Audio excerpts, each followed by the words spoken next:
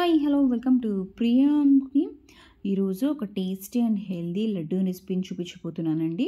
చిన్నపిల్లల నుంచి పెద్దవాళ్ళ వరకు ఆరోగ్యంగా హెల్దీగా టేస్టీగా ఉండే రాగి పిండితో లడ్డూని చేయబోతున్నాను.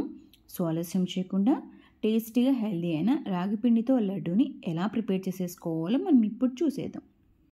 ముందుగా ఒక ప్యాన్ తీసుకొని ఇందులోకి 2 టేబుల్ స్పూన్ వరకు నెయ్యి వేస్తున్నాను. నెయ్యి మెల్ట్ అయిన తర్వాత ఇందులోకి 1/2 కప్ వరకు బాదంని వేస్తున్నానండి. ఈ బాదంని నెయ్యిలో బాగా వేయించుకోవాలి. మీకు నచ్చిన డ్రై ఫ్రూట్స్ కూడా వేసుకోవచ్చు. ఇక్కడ నేను ఓన్లీ బాదంని మాత్రమే వేస్తున్నాను. ఇలా బాదంని నెయ్యిలో మొత్తం బాగా వేయించుకున్న తర్వాత వీటినంతా ఒక ప్లేట్లో తీసేసుకుందాం. తర్వాత ఇదే ప్యాన్లోనే 1/2 కప్ వరకు సుజీ రవ్వ తీసుకుంటున్నానండి. అంటే బొంబాయి రవ్వ అంటారు కదా, ఆ రవ్వను వేసుకొని ఈ నెయ్యిలో ఒక 3 to 4 మినిట్స్ పాటు వేయించుకోవాలి.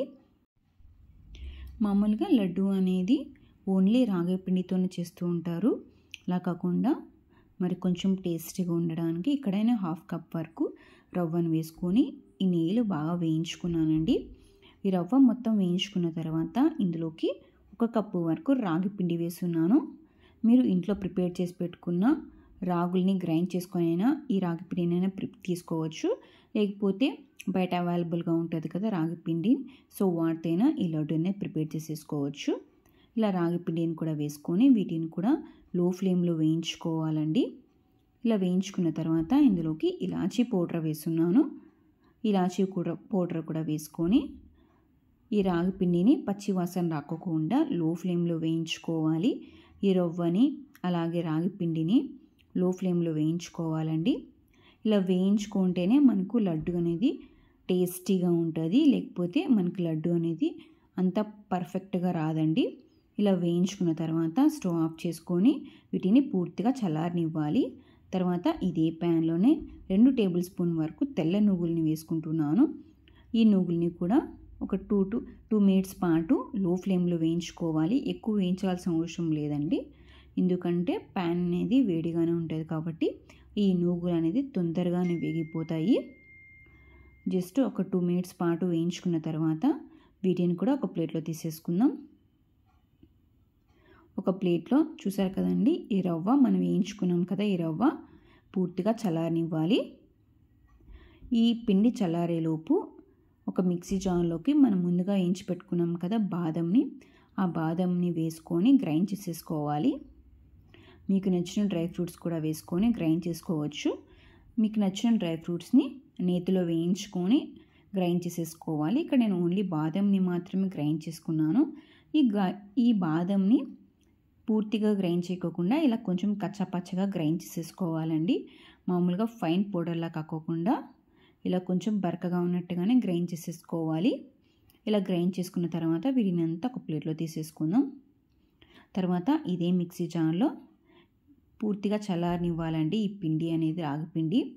ఇలా రాగి పిండిని పూర్తిగా చల్లారిన తర్వాత మిక్సీ జార్లోకి, ఇక్కడ నేనైతే చిన్న జార్ తీసుకున్నాను, అందుకనైతే ఇక్కడ హాఫ్గా వేసుకుంటున్నాను.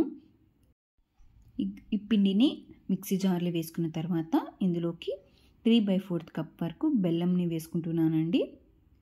మీరు స్వీట్ ఎక్కువ తినే వాళ్ళైతే 1 కప్పు వరకు తీసుకోవచ్చు. ఇక్కడ నేనైతే 3/4 కప్ వరకు ఇలా బెల్లంని ఇలా దంచుకొని వేసుకుంటున్నాను. మీరు తురుముకొని అయినా వేసుకోవచ్చు.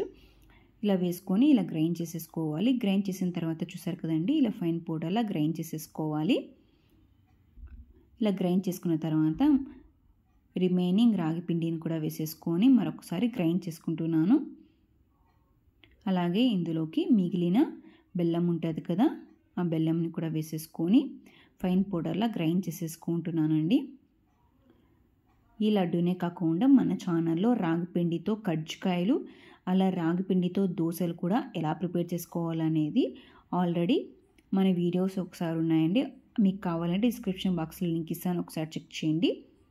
చూసారు కదండి, రిమైనింగ్ రాగి పిండిని అలాగే బెల్లంని కూడా వేసుకొని గ్రైండ్ చేసేసుకుంటున్నాను. ఇలా ఇవన్నీ గ్రైండ్ చేసుకున్న తర్వాత ఒకసారి అంత బాగా మిక్స్ చేసేసుకోవాలి. మనం ఫస్ట్ బాదంని వేసాం కదా, సో ఆ బాదంని ఇలా గ్రైండ్ చేసి పెట్టుకున్న రాగి పిండిని అలాగే బెల్లంని అంత ఒక్కసారి బాగా మిక్స్ చేసేసుకోవాలి. చూసారు కదండి, ఇలా ఉంటలాగా ఫామ్ అవ్వాలి. ఇలా మిక్స్ చేసుకున్న తర్వాత ఇందులోకి మనం ముందుగా వేయించి పెట్టుకున్నాం కదా ఈ నూగుల్ని మొత్తం వేసేసుకొని మరొకసారి అంత బాగా మిక్స్ చేసేసుకోవాలండి. మీరు కావాలంటే ఈ నూగుల్ని మిక్సీ జార్లో వేసుకొని అయినా గ్రైండ్ చేసుకోవచ్చు. అలా కాకుండా ఇక్కడ నేనైతే గ్రైండ్ చేసిన తర్వాత ఇలా ఉంటలు చేసుకునేటప్పుడు వేసుకుంటున్నాను. మీకు కావాలంటే ఈ నూగుల్ని రాగి పిండిలో వేసుకొని గ్రైండ్ చేసేసుకోవచ్చు. ఇక్కడ నేనైతే గ్రైండ్ చేసుకోలేదండి. ఇలా అంతా బాగా మిక్స్ చేసుకొని ఇందులోకి నెయ్యి వేసుకొని మనం చిన్న చిన్న లడ్డుగా ప్రిపేర్ చేసేసుకోవచ్చు. మనము తీసుకునే బెల్లంని బట్టి నెయ్యి అనేది ఎక్కువ కావచ్చు, తక్కువ కావచ్చు. కొంతమంది పాకు బెల్లం తీసుకుంటారండి. పాకు బెల్లం తీసుకునేటట్టయితే మనకు లడ్డు అనేది పర్ఫెక్ట్గా తొందరగా ఫామ్ అయిపోతుంది. సో మనకు నెయ్యి అనేది పెద్దగా అవసరం ఉండదు. మనం తీసుకునే బెల్లంని బట్టి నెయ్యి అనేది ఎక్కువ కావచ్చు, తక్కువ కావచ్చు. నార్మల్ బెల్లం తీసుకునేటట్టయితే మనకు నెయ్యి అనేది కొంచెం ఎక్కువగా పడుతుంది. చూసారు కదండి, మనకు లడ్డు అనేది ఎంత పర్ఫెక్ట్గా వచ్చిందో. ఇలానే అన్ని లడ్డూని ప్రిపేర్ చేసుకొని వీటిని ఒక ప్లేట్లో తీసేసుకున్నాను. టేస్టీగా, హెల్తీగా ఈ లడ్డు అనేది దాదాపు 2 వీక్స్ వరకు మనం వీటిని స్టోర్ చేసేసుకోవచ్చు. చూసారు కదండి ఎంత సాఫ్ట్గా ఉందో. అలాగే టేస్ట్ కూడా చాలా బాగుంటుంది. చిన్నవాళ్ళ నుంచి పెద్దవాళ్ళ వరకు టేస్టీగా, హెల్తీగా ఉంటుంది.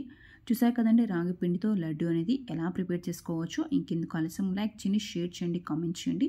ఇలాంటి ఎన్నో రెసిపీస్తో మరి మీ ముందు ఉంటాం. Thank you for watching.